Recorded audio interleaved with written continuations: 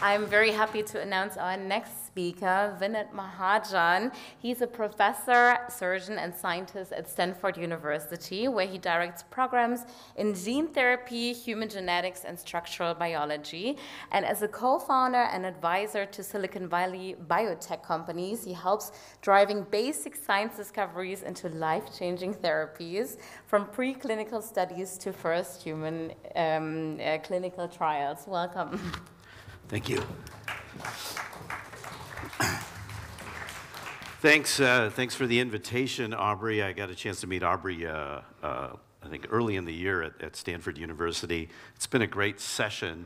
I'm going to be talking about a company that I'm involved in, Mitochondrial, that has developed a bioreactor for mitochondrial transplantation.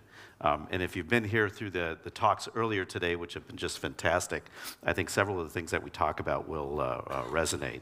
So as you mentioned, I'm a professor and surgeon at Stanford University. I'm a retina surgeon, so I take care of people with eye disease. And I'd like to start with a story about longevity and aging. And so just as the pandemic was starting, our whole family was very disappointed because we finally had to get rid of our Honda minivan that we had had for 21 years. Now, this Honda minivan was amazing. It could seat 7 people. It had 18 cup holders, and we had it since the children were tiny. It had taken them to every school, every event. We took soccer teams. We moved furniture. We had all their bicycles, and it was one of the ugliest vehicles that you have ever seen. So much so that I was told that, Dr. Mahajan, why are you parking that ugly thing in our Stanford eye clinic? It's an embarrassment. But no matter what we did, there was only one thing I had to do to keep that car running, and that was just to periodically replace its battery. It was very simple. It ran no matter what. It did what we needed.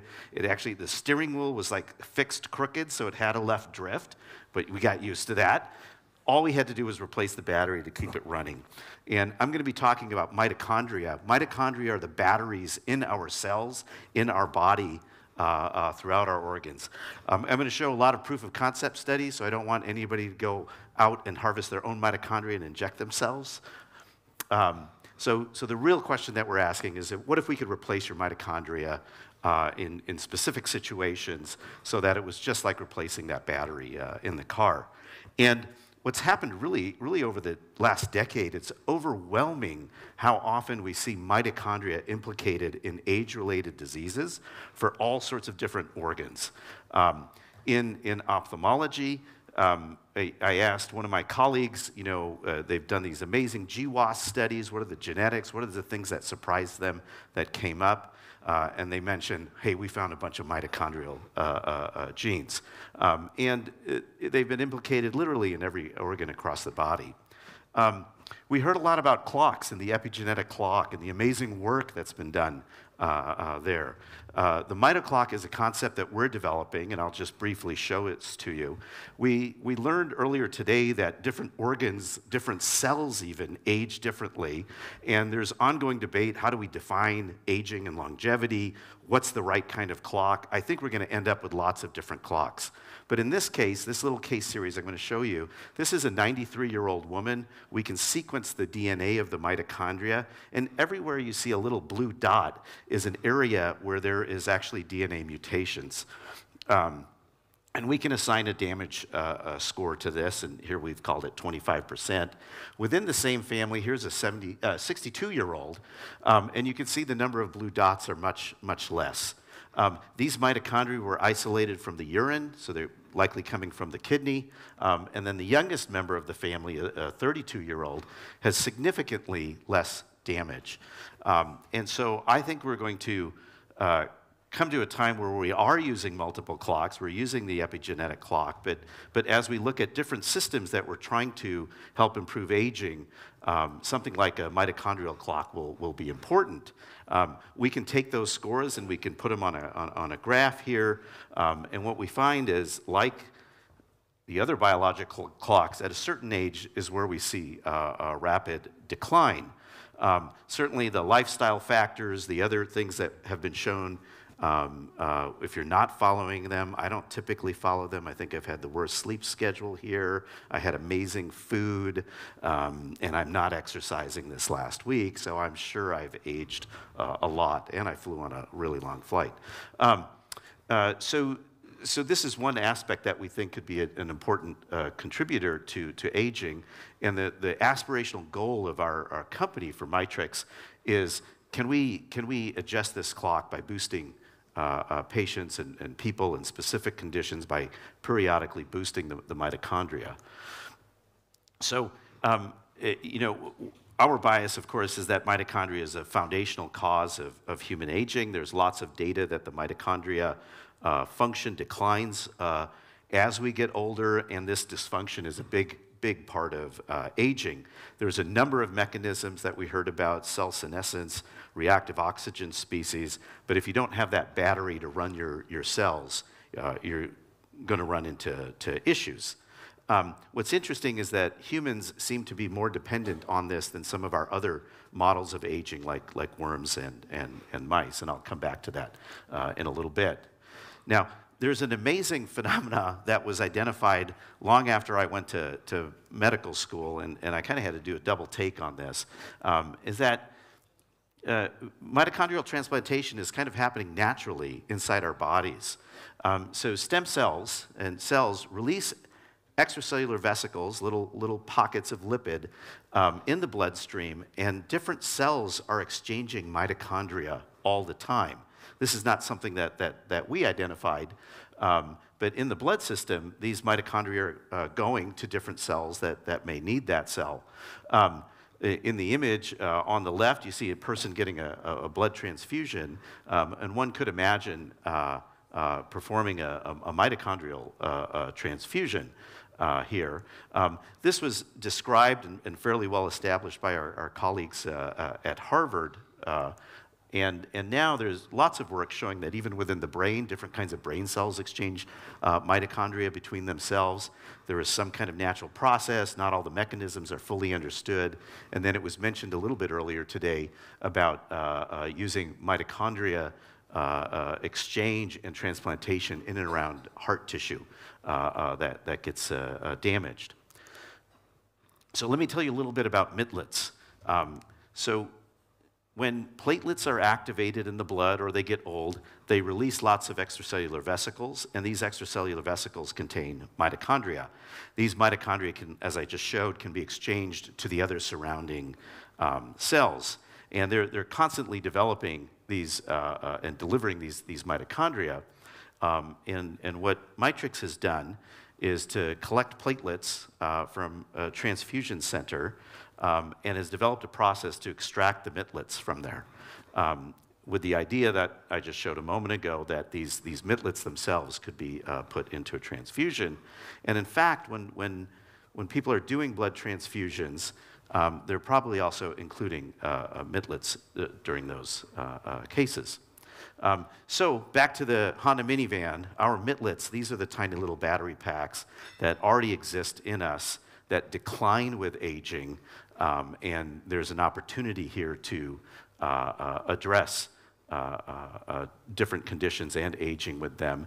And this is a relatively recent study showing that in humans, as we get older, the mitochondrial DNA content in these extracellular vesicles will undergo decline.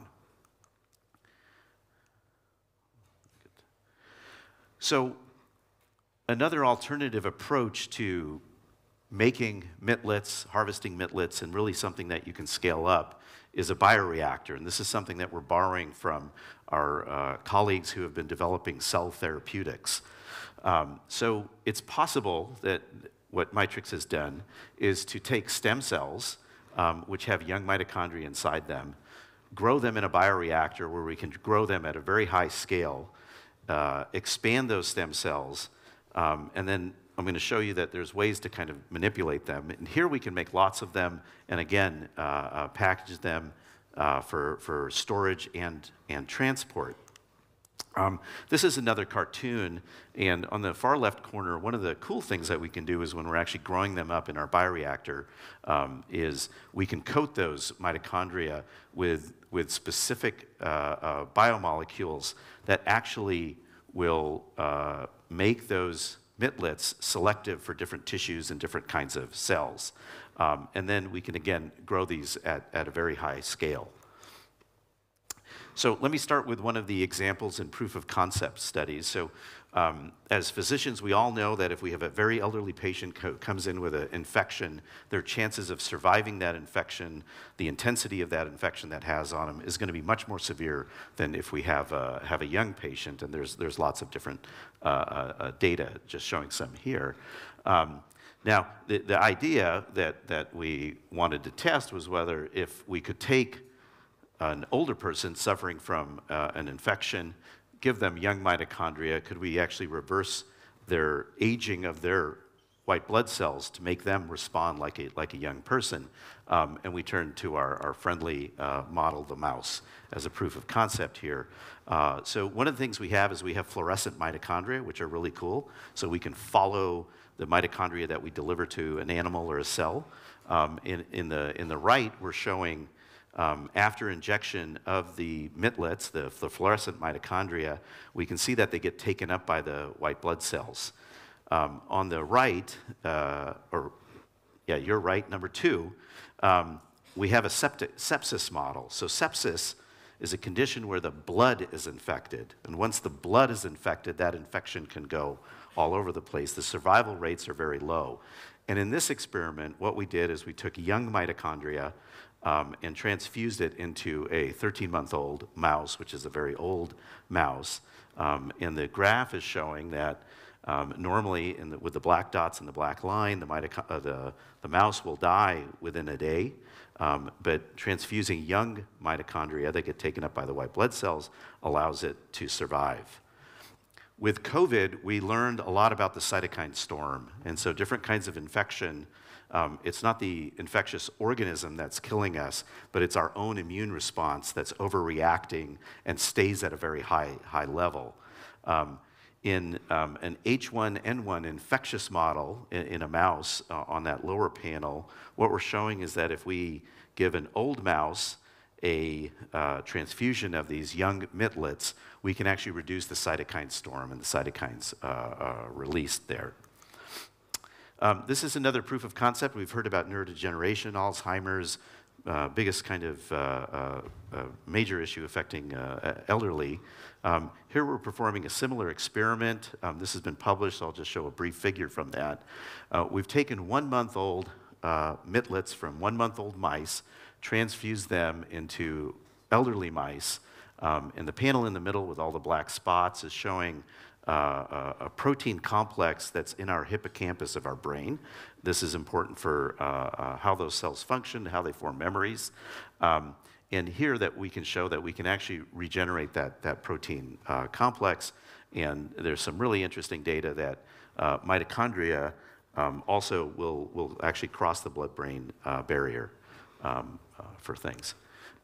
This is another proof of concept. This is we've loaded up an old mice with mitochondrial injections, mitochondria that are actually isolated from the liver, and we can take a look at how it grows fur, how that regrowth of fur takes place, and the grip strength. And this was exciting to me because on a daily basis, my 17-year-old son tells me how much hair I'm losing in the back of my head and how weak I am. So this is some work from my own lab, and this is a different kind of clock. So we heard again about epigenetic clocks, mitochondrial clocks. So we do have tissues, and this is from the eye, where we can't sample DNA. So you can't stick something into the eye, sample the DNA, and the cells aren't releasing much of it.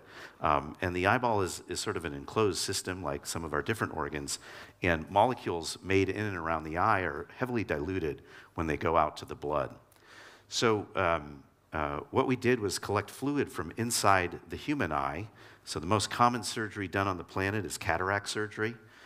We collected 100 microliters of fluid using a high-resolution proteomic platform. We generated an AI-based model to measure proteins and predict the age of the eye. And in panels A and B, where we replicated it, we end up coming down to about 26 proteins that can, in a healthy eye, we can actually predict and pretty accurately tell how old the patient is.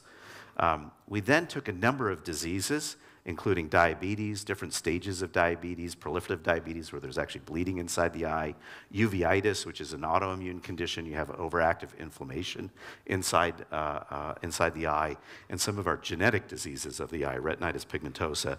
And in the the panel C and D, all those colored dots are different patients with different eye diseases, and it's striking that patients who have suffered those conditions on our proteomic clock of the eye show accelerated aging, or as I learned this morning, age deviation, we want to call it. And so some of our diabetics, the age of their eye is actually 30 years older. Interestingly enough, several of those patients have actually been treated for their disease. They're not bleeding inside the eye, they have their inflammation controlled, but there seems to be, in this instance, a permanent hit where the eye is showing biomarkers of aging that are elevated. And there may be an opportunity for anti-aging therapeutics, even when clinicians think they've treated and controlled the disease.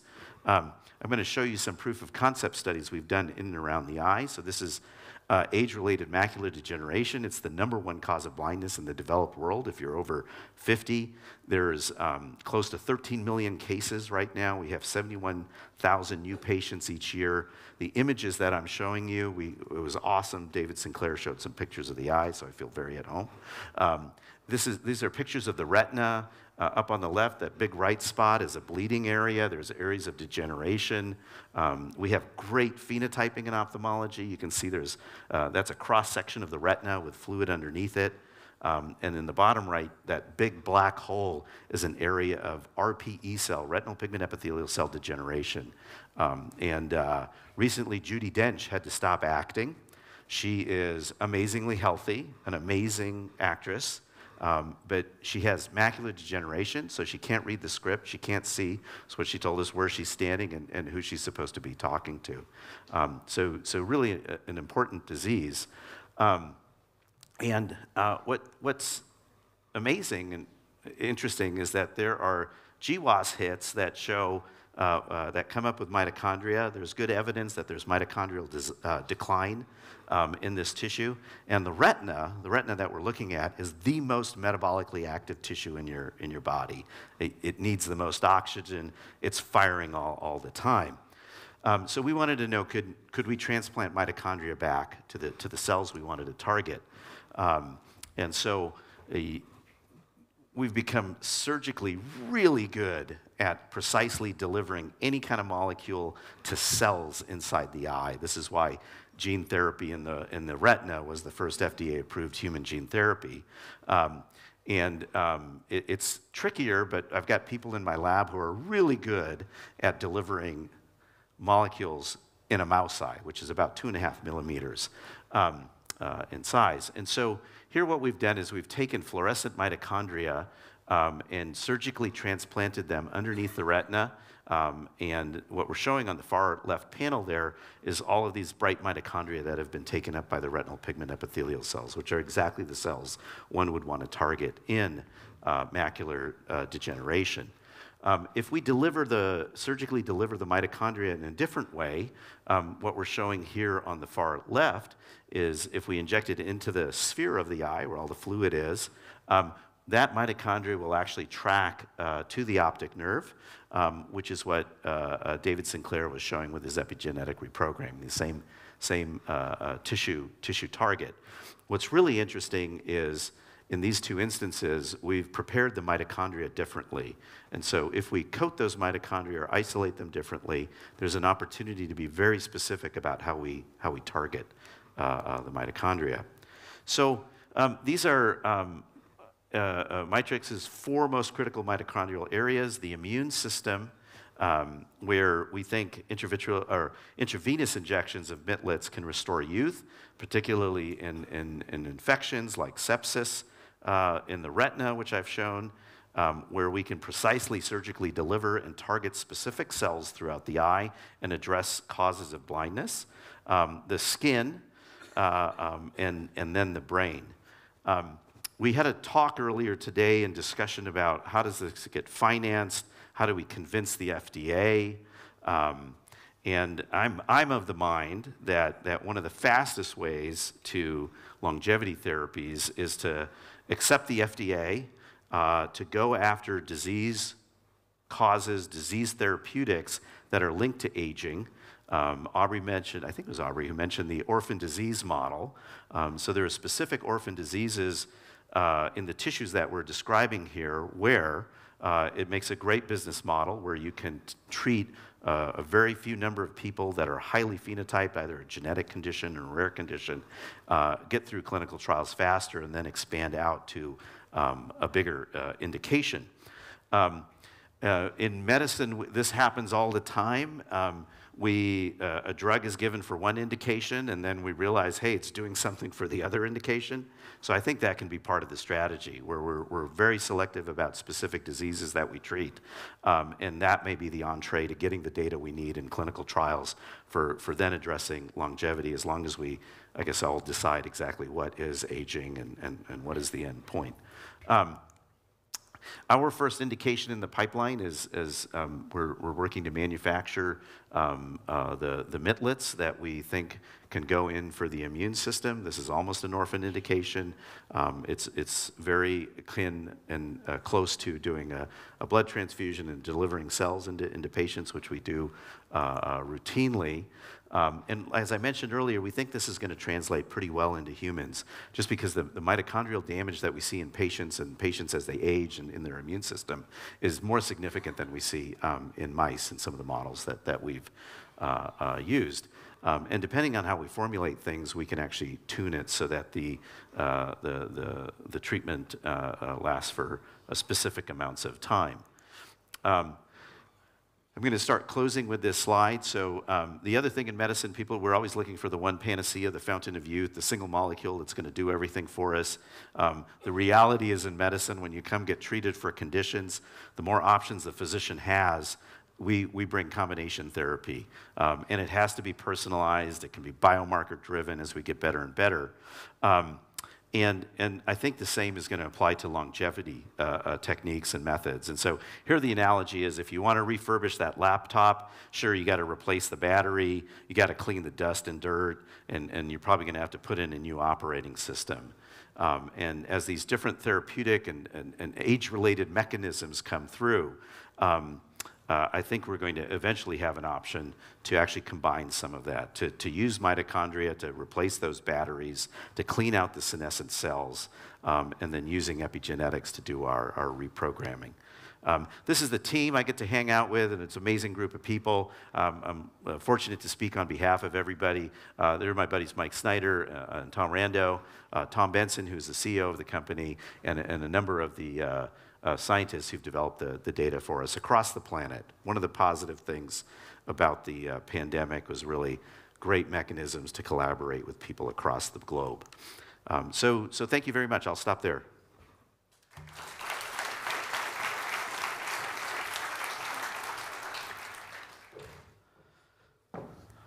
Okay, again, 5 minutes of Q&A.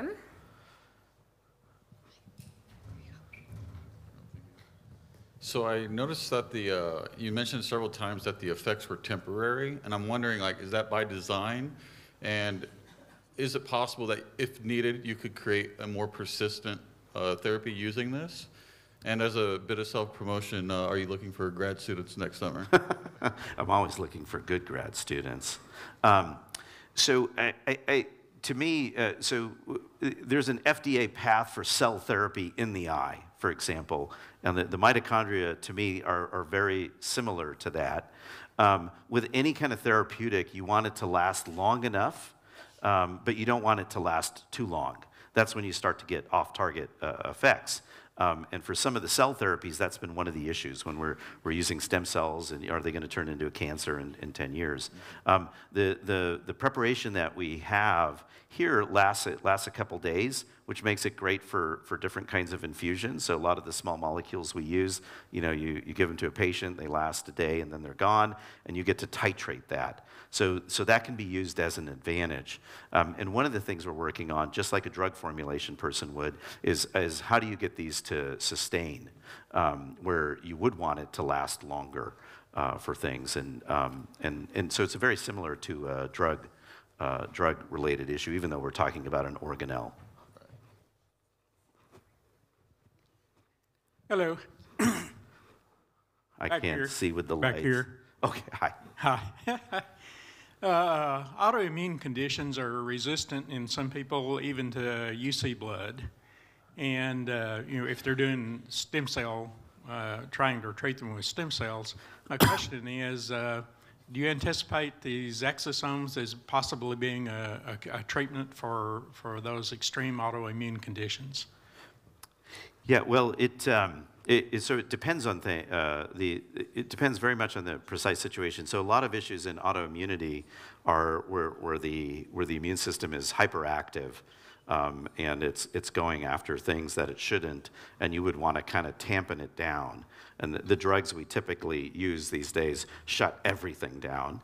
But the case of sepsis that I showed, it's as if the immune system can fight for a while, but it just runs out of juice. So I would guess that it's kind of a different thing, but it would be very specific to the specific condition. Okay, thank you. Super interesting work regarding mitochondrial plasma and mitochondrial injections. I was just wondering, do you think you could have the same impact of those injections in the form of supplementation on mitochondrial biogenesis? So there are a few companies that are working on small molecules to support mitochondria health, but I'll tell you, it was just mentioned before, sometimes the cells just aren't there to rejuvenate anything, or somebody's too old and they just don't have the mitochondria. And there are certain diseases, certainly in gene therapy, where the retina is completely degenerated. There's nothing to treat. And the surgeon's solution has always been transplant. It's not always the most sophisticated molecular biology, but to me this is amazing. Like, the most common transplant done on the planet Earth is the cornea transplant. We're transplanting livers, hearts, and now transplanting tissues, and then now transplanting cells. And here we're talking about something that I think is going to be way more accessible. It's actually transplanting mitochondria. Maybe we don't need the whole cell. Oh, one more? Over here. Yeah. I'm Jean Loring. I'm wondering, because mitochondria have genes, they have their own DNA, but they also require a nuclear DNA. And I know there have been some problems with matching the mitochondria to the genome of the cells. And the trouble with mice, of course, is that they're all inbred, so you don't have that problem. It doesn't show up. Is there any, do you think that's going to be a concern, that they may be out-competed, for example? Yeah, so for example, in the bioreactor where you can take stem cells and grow, you would try to HLA match these stem cells, and you would probably have several pools there. That would be sort of the idea. So I don't know if we know exactly which is the DNA that's causing issues, but HLA matching would just say it's very analogous to cell therapy, is what I think.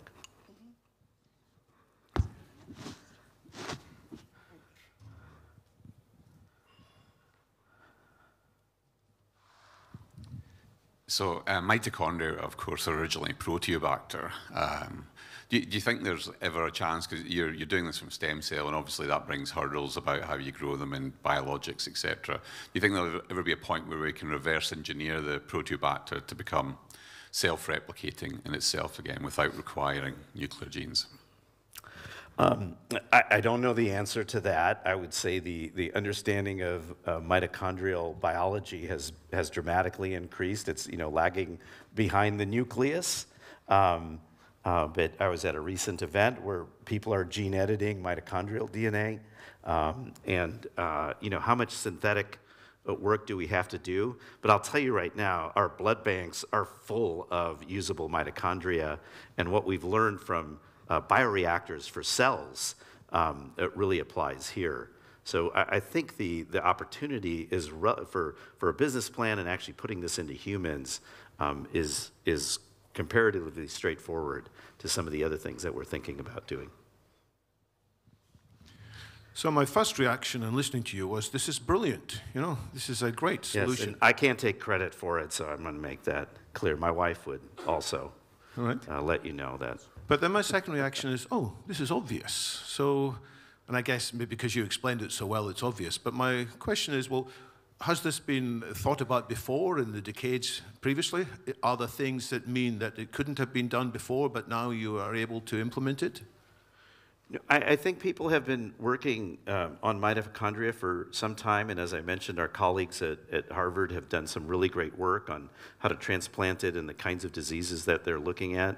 I'm 100% confident that mitochondrial transplants will be used to treat some kind of disease, and they're going to give us an opportunity to treat aging. The evidence is sort of overwhelming, and much of that evidence has come recently by all our genetic tools that we have, and the cell biology tools, and the mouse engineering, and things like that. That was fascinating, Vinny. Thank you very much. I had a question. What you've actually pointed out is that you could solve aging-related problems in specific organs. Is there a situation where you can use mitochondria for the whole organism to reverse aging in general? Yeah, so I think if you dig through the aging literature, you will find that the immune system is one of the most common group of cells driving aging in lots of different organs. And I do think there are specific organ-related aging mechanisms, and we see that in patients all the time. We have somebody who has great musculature, but now they have Alzheimer's, or they're really healthy, but their eye doesn't work. And so there's clearly something going on there. But if I had to place a bet, I think we've repeatedly seen over and over that our immune system is linked to lots of situations of aging, however you define aging. And so I think rejuvenating that or boosting it like I showed conceptually could be something, but it's not necessarily the first clinical trial I would do. I still have a question. Okay, one final question. Can I also go before that? Yeah, I had one question. So have you looked at the interrelation or the potential interdependency between the microbiome and mitochondria? No, we haven't looked at that. I'm not sure that anybody has, but the microbiome's fascinating and crazy and interesting. So thank you. Thank you so much. It was great. Thank you.